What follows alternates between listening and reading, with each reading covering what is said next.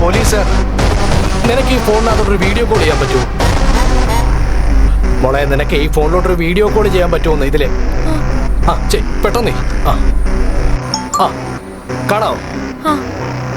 ആ നീ അവന്മാരെ എന്നെ ഒന്ന് കാണിച്ചേ. ആഹാ ഷിൻഡോ, നീയായിരുന്നോടാ? നീ ഇപ്പൊ ജാമ്യത്തിൽ ഇറങ്ങിയല്ലേ ഉള്ളൂ. അതിന്റെ ഇടയ്ക്ക് വീട്ടിൽ കയറുന്നത് കൊണ്ടായിസോ?